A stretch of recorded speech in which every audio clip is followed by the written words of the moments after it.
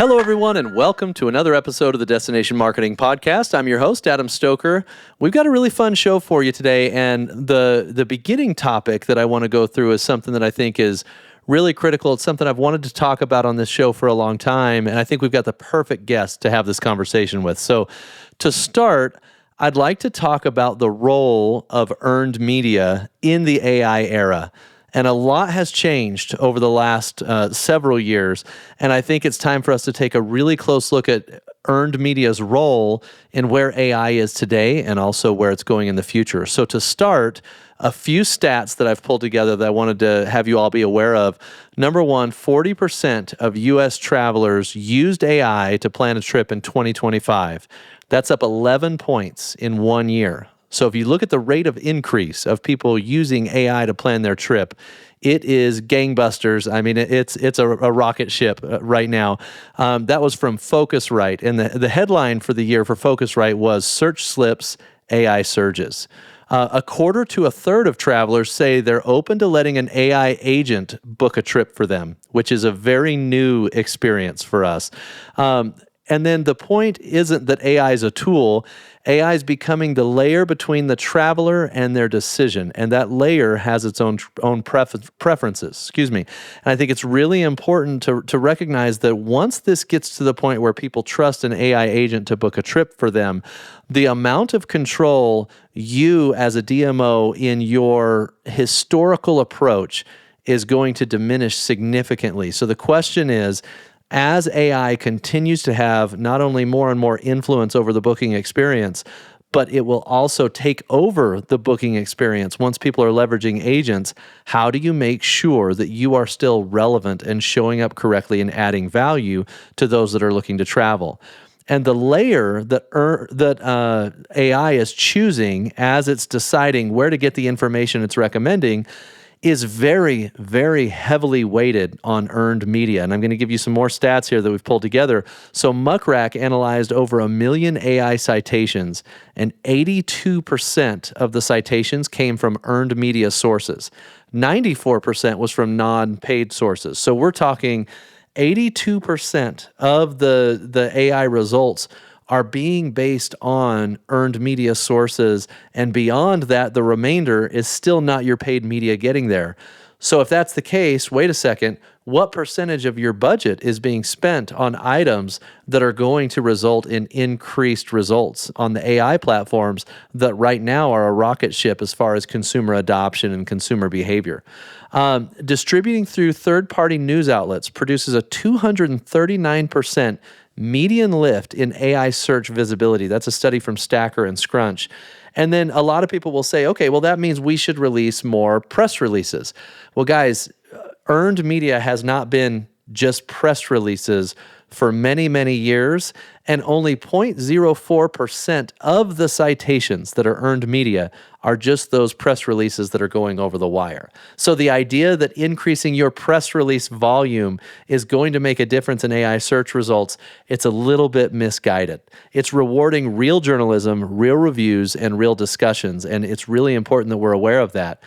Another thing to be aware of is AI is doing this because it looks at where humans put credibility. The reason it's called earned media is because we earned the ability to be featured by a trusted resource, right? So going back over a decade, 92% of consumers trust word of mouth and editorial recommendations above every other form of marketing. Only 47% of people trust paid ads.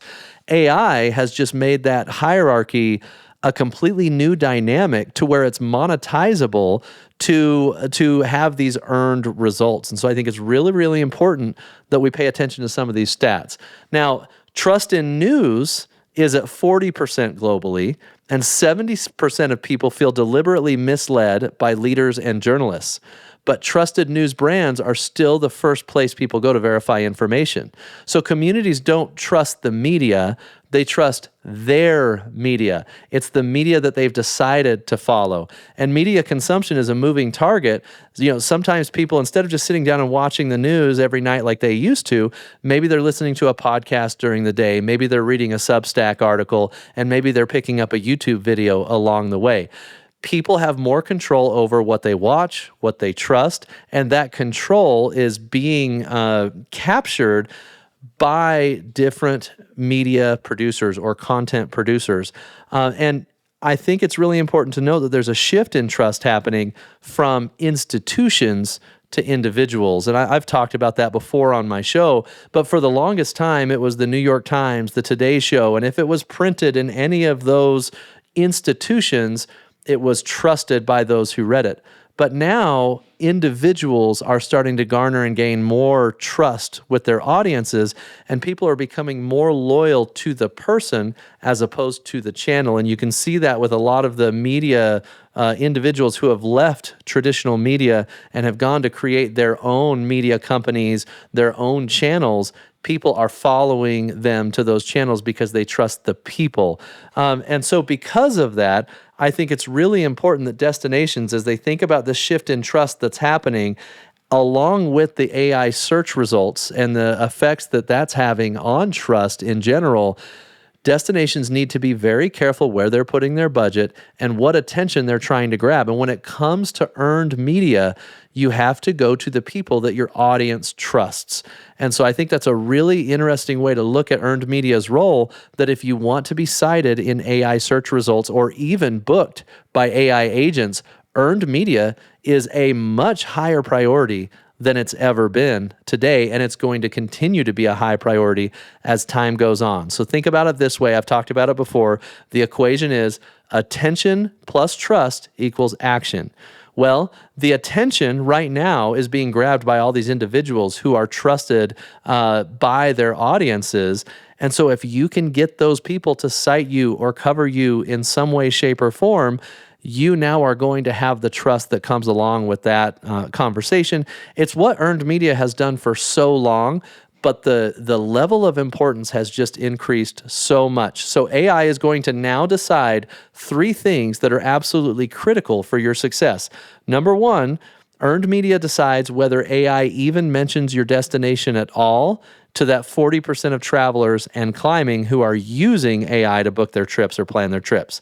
They also decide, earned media decides whether you live inside the human trust networks that your visitor already uses. That's those individuals that they're following. And it also, earned media decides whether the paid media you're spending money on converts people or if it just evaporates once that ad is gone. Trust is so important, and earned media right now is the best way for you to earn trust with your potential visitors or the AI tools that they're using. And with that, I really would like to bring in my guest today. Her name is Molly Castano, and Molly is the Vice President of Public Relations and Communications at the Las Vegas Convention and Visitors Authority.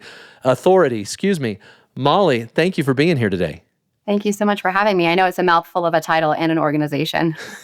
It is. It absolutely is. But, I made it through with a couple of mistakes in the title and organization.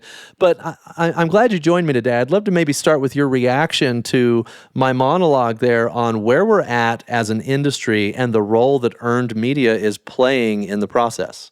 Yeah, absolutely. It was interesting to kind of, we live and breathe it every day. And even, just how quickly AI has had an impact. I can't remember if, any moment in my 20-year public relations career, really, that has had such an impact as AI and how quickly it has had that impact. And I think, AI is changing earned media less by replacing journalism and more by changing how travel information is discovered and synthesized. People are asking AI for help on their everyday tasks, and that now includes travel, where they should go, what they should do, and what experiences they really should prioritize. And that means, to your point, that credible earned media influences not just readers or viewers directly, but also that information ecosystem.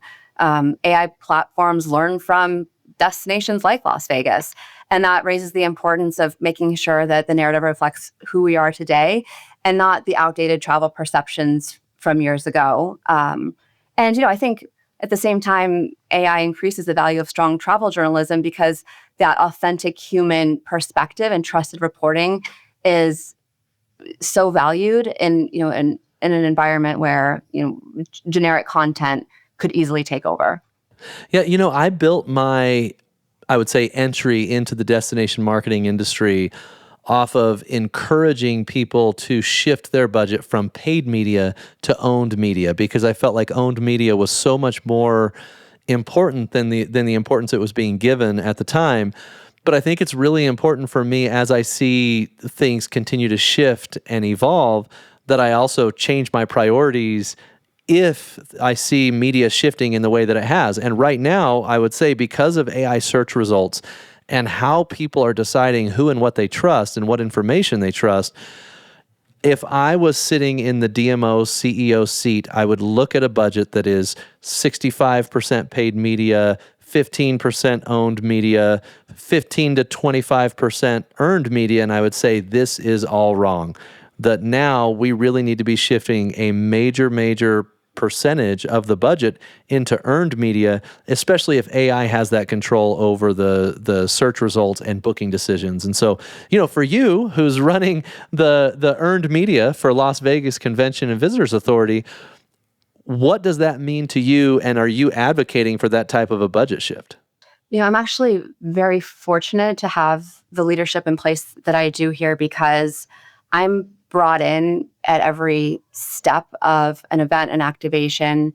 I think that anybody who's had a career in public relations that has spanned, days even, has encountered situations where they don't have a seat at the table. They're given a plan, or they're given some sort of, deck and told to create earned media, get us on the cover of, pick your newspaper. I remember Sure. back in the day, it was, get us on Ellen. It's like, okay.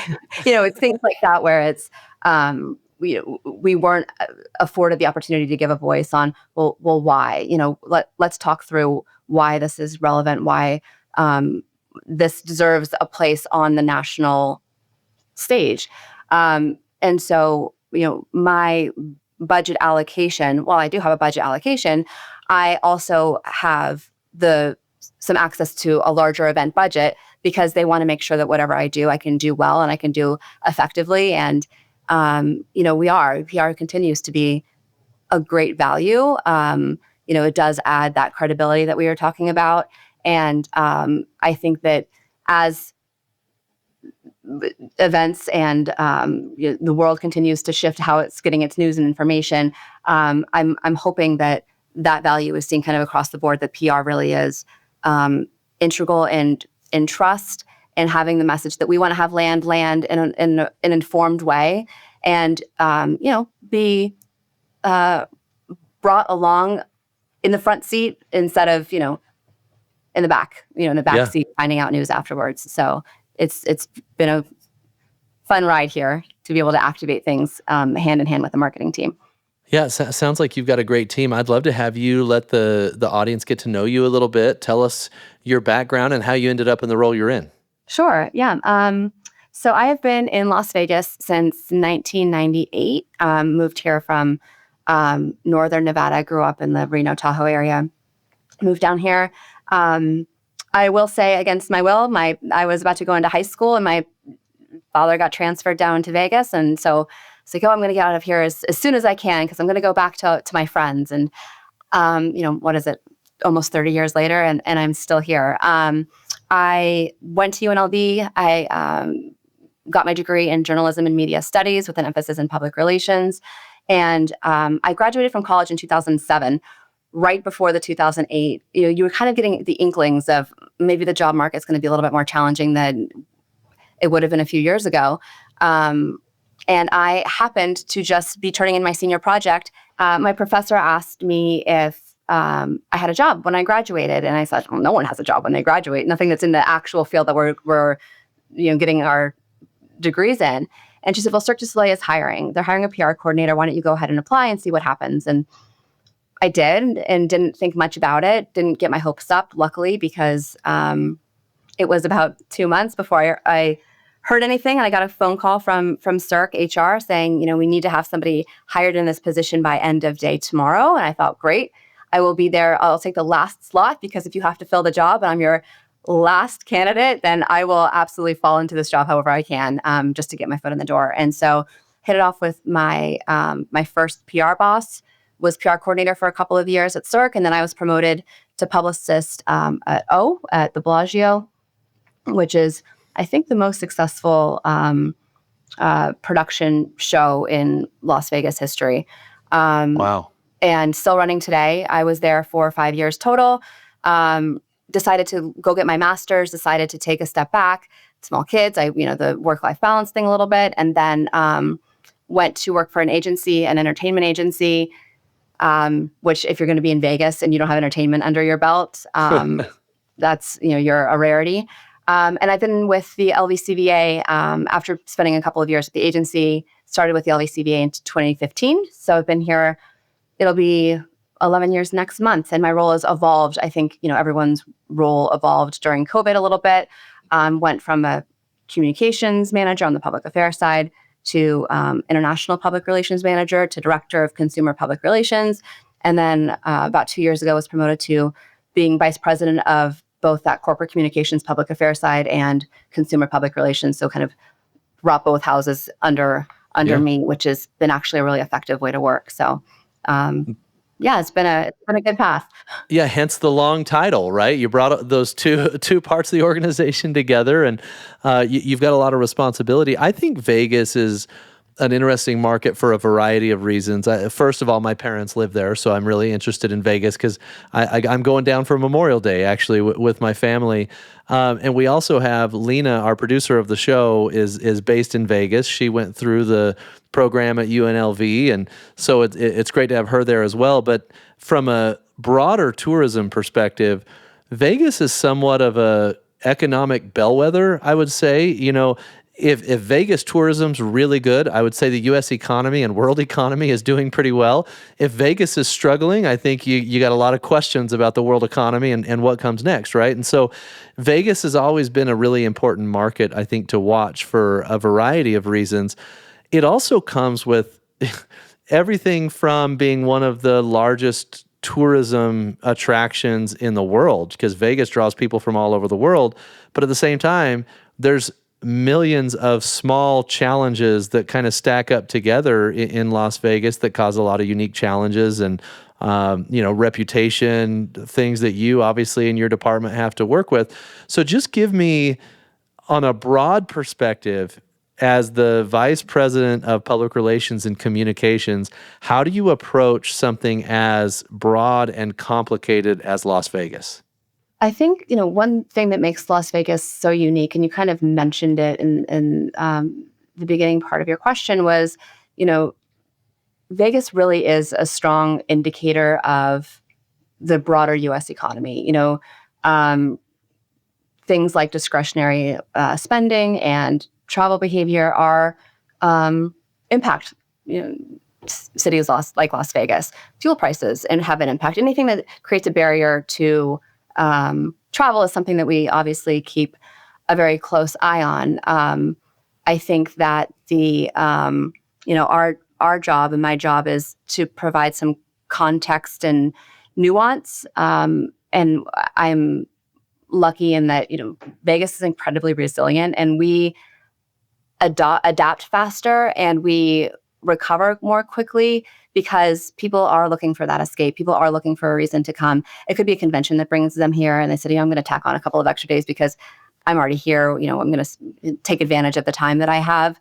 But we also have this really incredible diversity in our product mix. Luxury, value, sports, entertainment, conventions, that international segment, and that diversification really helps kind of, stabilize things when one segment is struggling a little bit, the others kind of naturally fill some of that void. So, there's no short, we have 150,000 hotel rooms in Las Vegas, and it's the most of any U.S. city. So if there is an impact in what people are doing or how they're traveling, that might seem like a bigger impact because of just the volume of rooms that we have here. So it's an interesting city to watch evolve and react as market conditions do the same. Yeah, I got to imagine that one of the most challenging components of running PR and communications in a place like Las Vegas is there's just such a high volume of interesting things that are happening. There's a high volume of just information that's being, delivered to the world in a variety of different channels. How do you organize, synthesize that information, and decide what's worthy of being a priority for you and your team? And what do you double down on? What do you try to avoid? I'm sure there's some cases where something happens and it's like, okay, let's flood the zone with some additional information that might not be relevant to this thing. To me, so I'm PR adjacent, right? I've never actually worked in a PR role, but I've been exposed to a lot of PR strategies and things like that, both for clients and trying to build a PR team within our organization. This just seems like it would be such a challenging thing to manage if I was in charge of PR and communications for Las Vegas. It is drinking from a fire hose almost all of the time. I think, just in the last 5 months, since let's just call it from the beginning of the year, we opened our, the first 5 days of the year, we opened our new convention center. We renovated our legacy campus, which was, needed to be done. We host these world-class shows in a non-world-class building, and we had the West Hall that opened during COVID, and then we had the $600 million renovation of our legacy campus that opened January 5th in conjunction with CES. And then we went right into announcing that we're the host city. Well, I guess we did the handover press conference for the college football playoffs that will take place in January 2027, so a little bit, 7 months from now. And then we announced the Michelin Guide that will be the host city for the Michelin awards ceremony. We announced Air France direct service. So in a time where international visitation is kind of, there's this magnifying glass on it for reasons that are bigger than Las Vegas. These geopolitical forces that are causing probably some headaches for travel professionals across the United States. But to have both Air France announce direct service and start direct service in April, and then Qantas announced direct service from Sydney beginning in December. So they announced that earlier this year as well. So sure, there's headwinds with international, but look, there's these big legacy carriers that are adding. So it's not so much a look over here, but look at the big picture. Yeah. It's not a distraction or a tactic to take away from any of that narrative, which is true. That it is hard right now with international visitation, but there's proof points that show that Vegas continues to do well internationally. The websites in our industry are built for the past, not the future. And we've got a major, major problem with that. These are glorified directories that have been entirely designed to deliver bottom of funnel metrics, clicks, and impressions to the stakeholders that we serve. But we all know that at some point that house of cards is going to come crashing down. And the purpose of a DMO is to inspire travel. We lost that vision along the way when we were building these websites, and the pendulum has got to swing back. We've built, in conjunction with a company called Destination Core, a very unique content-first website product that's built specifically to help engage and inspire visitors to book a trip to the destination. So if your website is at all a pain point for you, make sure you hit me up, adam@thebrandrevolt.com. We'll take a look at what you've got going on. And of course, this only makes sense for people who are building genuine inspirational content for their audiences. And if you are, you need a content-first CMS and website that attracts visitation and inspires visitation to your destination. So hit me up, adam@thebrandrevolt.com. I was laughing when you rattled off, the college football playoffs, the Michelin Guide, the Super Bowl, right? And that's 2029, right? The Super Bowl's coming to town. Yeah. Each of those would be the major PR pillar for the year for most destinations. It's a Tuesday for Las Vegas, and of course, I'm underselling that by a long shot. But you have such a high volume of information and things to promote. I want to talk a little tactical because I think we could stay big picture all day and maybe not make it terribly relevant to destinations that don't have the volume of information that you do. One of the things that you mentioned in our prep call that I thought was fascinating is most PR professionals do a ton of media training with their CEO, and say, okay, here's what you need to say, not say, here's how you should respond to this question, whatever, right? You went to journalists and said, I'm going to prepare you for the CEO. And so to me, that's a little bit of an inverted strategy. Why did you decide to go that route? And how did you come to that conclusion? What kind of results did you see? Tell me about that strategy. Yeah, absolutely. And it kind of was, as most things are, born out of necessity, right? So we were kind of going into the last summer, and kind of that visitation was struggling. That was the headlines. It was clickbait headlines, which don't get me started on that. But but we were flooded with interview requests of, tell us about, is Vegas dying? Are people, going to lose their jobs? Is Vegas over? And our CEO is very media friendly. He doesn't say no to many interviews. If he does, it really is a scheduling conflict. But one thing that we were finding as we were scheduling interviews 25, 26, 27, I mean, it was it was a full-time job prepping and scheduling these interviews, was that our CEO in his limited time was spending so much of that interview time block, if it's 15, 30 minutes, educating the journalists on what they, on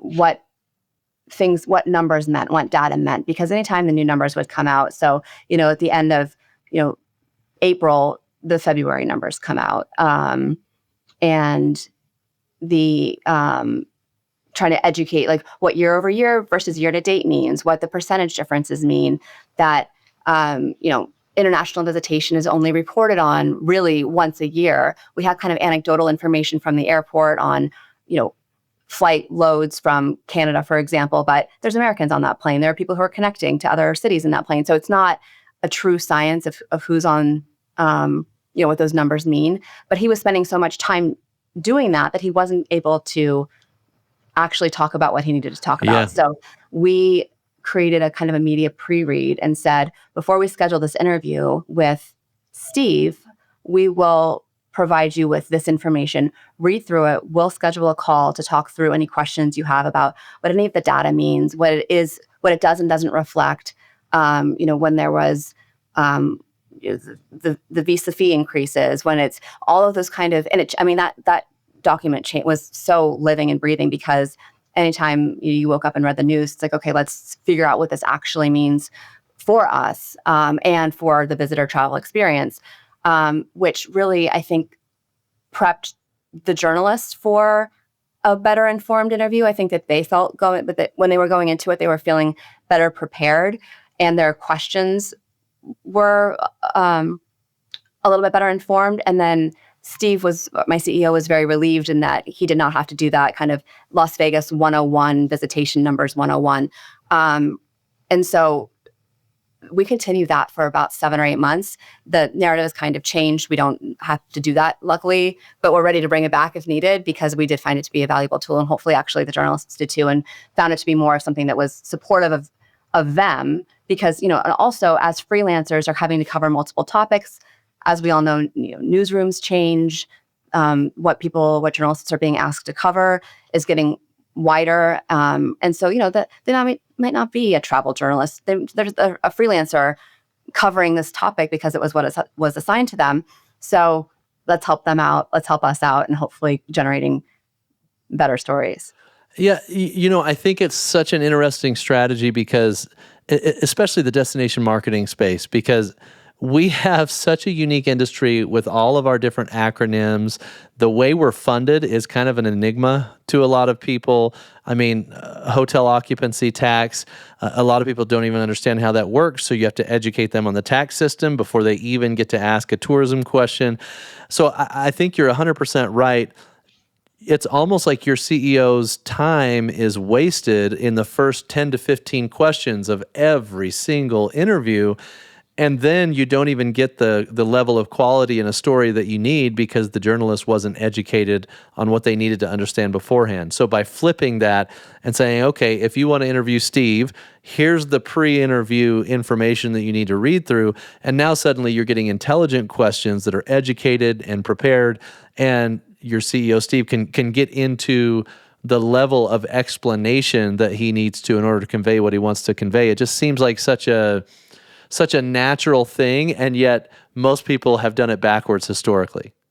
Yeah, no, it was, let's try this and see how it works. And it also, kind of talking through the time process, it also saved us time afterwards because we weren't having to go back and doing a lot of the correcting because they're scribbling down numbers. It's easy to invert a number. It's easy to get the context of that number wrong. So if they have something that they can actually take away with, here's what this is, that helps them write the story afterwards too and have that number already written down. And, hopefully from A to Z makes the process, better for everyone.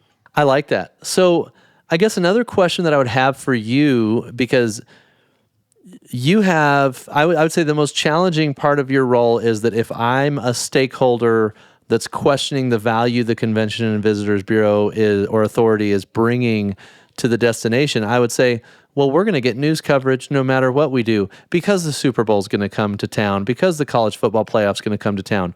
So how do you take what you're doing beyond the basics and do something really sophisticated and high quality and demonstrate that quality to your stakeholders? The LBCBA is funded by the room tax, and so we work closely with our stakeholders. Our board of directors is a mix of public and private entities, and we do report out to them. And we do, we speak to them daily. Our sales team, our domestic leisure team, our international teams, our PR teams are in constant communication because they're hearing things on a level that we're not hearing them, and we're seeing things on a scale that they're not seeing them. And so I think the aligning on goals, aligning on what matters to them, what are they pushing, what trends are they seeing in terms of their bookings between shows and restaurants and resorts, and what product is moving faster than others, and what's working well and where can we help. And it's also our job with the international offices that we have to say, here's what we're seeing on this big level, not specific to Las Vegas, but just in terms of trends. And that helps inform where they're putting their time and their money too. So it really is working hand in hand with our resort partners to be sure that, and to your point, sure, Super Bowl announcement will always get coverage. And I think that, we're always evolving, and Vegas does not stand still. And I think that, we kind of categorize ourselves as this category of one.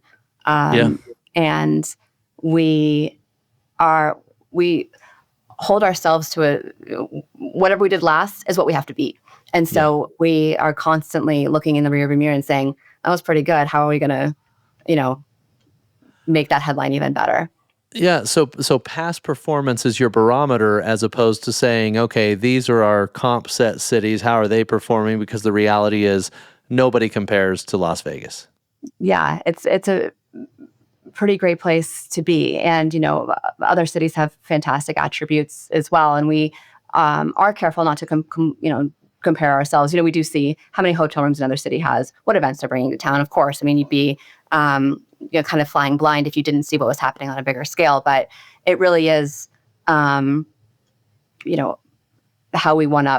Vegas one-ups Vegas. And we do bring these events to town year after year. And so we do. And, events come to town because they had a great time the first time, and we don't want to let them down. So it's how we continue to raise the bar. So as you think about the future, you've got so much going on, obviously so much coming up in the future. As you're comparing past performance and saying, here's what we want to accomplish, how are you identifying your priorities moving forward?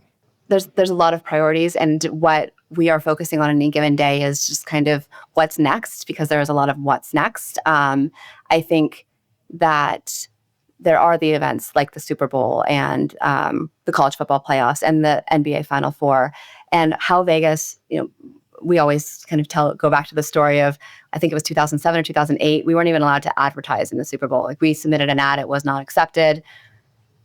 And now we're going to be the second host. Yeah. And there's a lot of factors that have gone into that, time. And, I think there was some gambling fear associated with Vegas back in the day we've kind of as gambling's kind of become more accessible worldwide, it's become less of a concern of Vegas specifically. But the priorities really are what's taking a step back and thinking, what does Vegas look like in 6 months? Where do we know that we need to give extra time and attention to? We know that going into summer, we'll always have a summer campaign because we do want to drive that summer visitation. And we just launched our new summer campaign, what's today, last week, with it's called Pack for Vegas. And we just rolled out some new 15-second spots at our board meeting today. And they really do harken back to kind of the what happens in Vegas stays in Vegas, which, for those of us who have grown up in Vegas is kind of this, standard of advertising that we've all, kind of grown up with.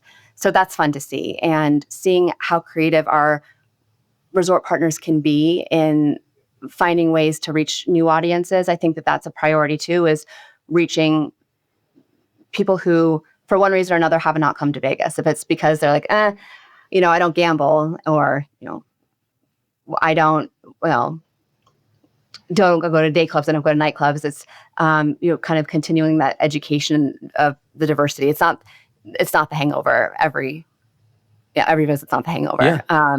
So it's really kind of being adapt to what's next and where do we need to focus our energy. Well, that's one of the cool things about Vegas is just whatever your interests are, Vegas has something, right? So golf, yeah, sure. There's tons of golf, right?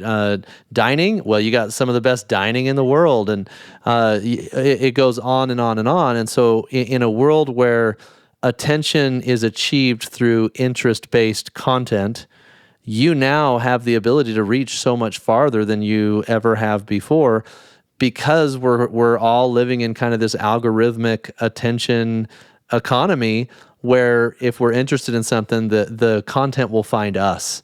And I think that's a huge opportunity for Las Vegas because of the infrastructure of interests that you guys have. There's a lot of scalability there. And, something that was interesting that happened during COVID, I think, like I said, a lot changed during COVID, but people really discovered the outdoors. People wanted kind of that city getaway experience, but they weren't exactly sure they wanted to be that close to people as they had been in previous visits. So they, hiking became big, biking became big. And I think that was an interesting evolution too, because people were saying, I can, go out to Red Rock and do a 45-minute hike and be back on the strip 30 minutes after that. Yeah. So as as things evolve and as the interests evolve and as people, actually the freelancer industry has been interesting with that too, because they're covering so many beats. And we used to be more strict on, you had to have a confirmed story, you had to have a confirmed run date, we had to have a letter from your editor saying this is the run date. We don't do that as much anymore because we have, going back to your trust point, we have trust relationships with journalists, and we know that, they're legitimate storytellers, and that they will place the story where it makes the most sense for their readers. And that might not be, that might be a little bit after their visit, and we don't want to deny them the opportunity to gather all of this information, synthesize it, and, there's Substacks, there's blogs, there's other ways to get this information out, and everybody has an Instagram. And so even if they're not influencers in the traditional sense, they do provide valuable, trusted content that goes out onto the web and becomes part of this algorithm. And, them knowing that we trust them in delivering the content that we know that they'll do great things with, leads to future stories as well. So I think that maybe 5 years ago wouldn't have been the case. Yeah. Yeah, I like that. Well, of all the things that you've learned in your role and all the things that you've done, give me kind of your takeaway, a piece of advice for those that are listening that want to do a better job with earned media in their destination, and they may have a high volume of assets, somewhat like Las Vegas, or maybe they've got just a few assets and need to be really careful and intentional with how they manage their public relations efforts. What do you suggest? Being adaptable and being transparent on here's the challenges. I think being able to raise your hand and say, this is where this could go sideways. That's actually something else that we've started to do is if we're going to roll out a campaign, it's where could this headline go askew or where could this be misinterpreted? And so having the confidence to say, let's think about it through this lens and see, because those clickbait headlines or the narratives that just generate that engagement could really undo a lot of really good work. And I think that, being the communications professional who makes things clearer and not louder is important. And ooh, hold on. I like that. Why do you want to make things clearer and not louder?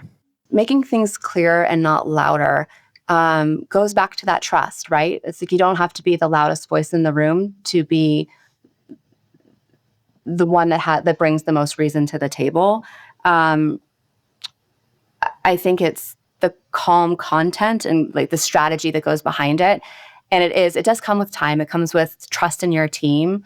And it's, it's learning the business, not just the message.